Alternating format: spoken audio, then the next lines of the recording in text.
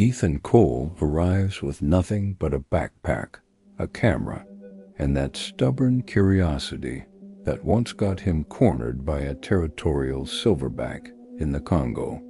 He pushes past the final, weathered signpost, a crude warning etched into decaying wood that the villagers swore was a boundary between the living and the lost. He speaks to his camera like a trusted confidant, the lens capturing his determined grin as he treks into the dense, silent forest. He jokes about the local legends, whispering to his audience how the real monsters are usually just folklore and bad lighting. He sets up his camp as the sun begins its descent, dismissing the eerie stillness as nothing more than the natural calm of a remote wilderness, untouched by modern noise. But night changes everything. The air grows heavy, thick with an unnatural cold that seeps through the layers of his high-tech gear. He wakes abruptly, the silence of the forest floor replaced by the rhythmic crunch of leaves, as if something heavy is circling his tent. The sound is deliberate, methodical, and far too close for comfort. His compass, once a reliable guide, now spins wildly, its needle dancing a frantic, useless ballet. Through the thin nylon of his tent, he sees the trees, their familiar shapes seeming to warp and twist, their branches like gnarled fingers reaching for him in the faint moonlight. The very landscape seems to reconfigure itself the moment he blinks, a disorienting, impossible trick of the eye that sends a primal fear coursing through his veins. Strange footprints, not quite human and not quite animal, appear in the soft earth just outside his tent flap, deeper and larger than anything he can identify. Whispers like the hushed hiss of 1,000 indrawn breaths slither through the trees, carrying fragments of words he can't quite decipher but feels in his bones. His camera, set to night vision, flickers to life on its own, its screen displaying fleeting, ghostly shapes, translucent figures that drift between the trees, invisible to his naked eye. It is in this disorienting chaos that he finds Marla. She's a silhouette at first, standing motionless at the edge of his campsite, her form almost blending into the ancient bark of a towering oak.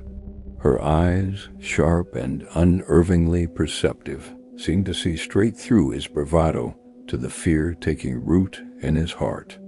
She lives in a ramshackle cabin nearby, a structure that looks more like a skeletal ruin than a home, its timbers warped and broken by time and something more sinister. She speaks in cryptic fragments, her voice a low, raspy hum that seems to carry the weight of the forest's long memory. Marla warns him that the forest doesn't just house spirits. It marks its visitors, branding them with an invisible sigil that ties their fate to the woods.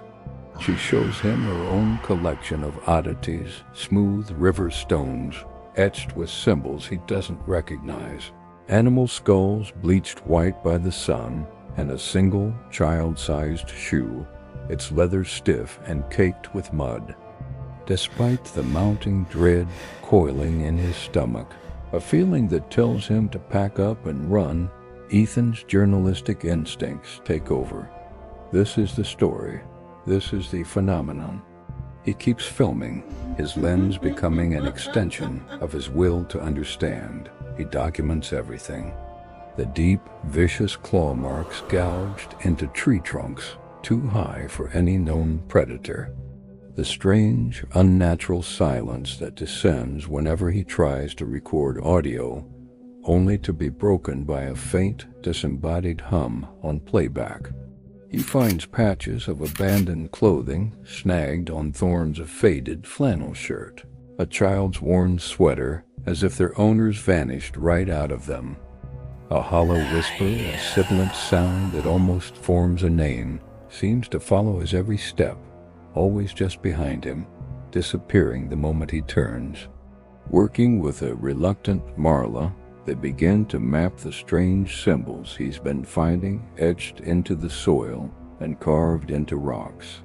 As they connect the points on his map, a terrifying pattern emerges. The symbols aren't random. They form a vast, intricate boundary, a cage. It's a line drawn not to keep things out, but to keep things in.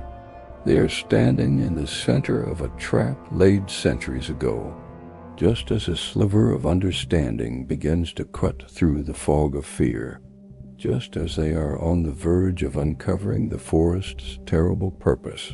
Marla vanishes. One moment she is standing beside him, her finger tracing the final symbol on his map. The next, she is simply gone. There are no footprints leading away from the spot, no sound of a struggle, no cry for help. The air where she stood is just empty space, the lingering scent of pine and damp earth the only proof she was ever there. Panic, cold and sharp, finally shatters Ethan's composure. The forest seems to turn on him then, its passive menace becoming an active, malevolent force. The whispers are no longer whispers. They are clear, mocking voices that call his name from all directions. Ethan's camera begins to glitch violently, its screen a cascade of static and distorted images. His fully charged batteries drain in an instant, the indicator lights blinking from full to empty in a matter of seconds. He fumbles for a spare, his hands shaking, but the new one dies just as quickly. The shadows around him stop behaving as they should.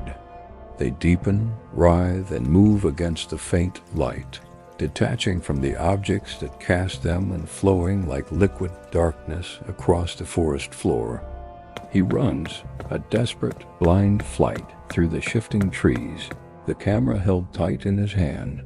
He doesn't know where he's going, only that he has to get out. Back home, miles away, his emergency satellite pack, a device designed for last resort communication, whirs to life. It automatically connects and uploads one final fragmented video file to his cloud server. His family, alerted by the unexpected data transfer, watches in horror. The footage is shaky, chaotic, a blur of tangled branches and pale moonlight. And then, for a brief, terrifying moment, the camera turns, showing Ethan's face, pale, wide-eyed, and utterly broken. He is running, breathless, his voice a ragged, terrified sob as he screams a final, chilling sentence into the lens. It doesn't keep secrets. It keeps souls.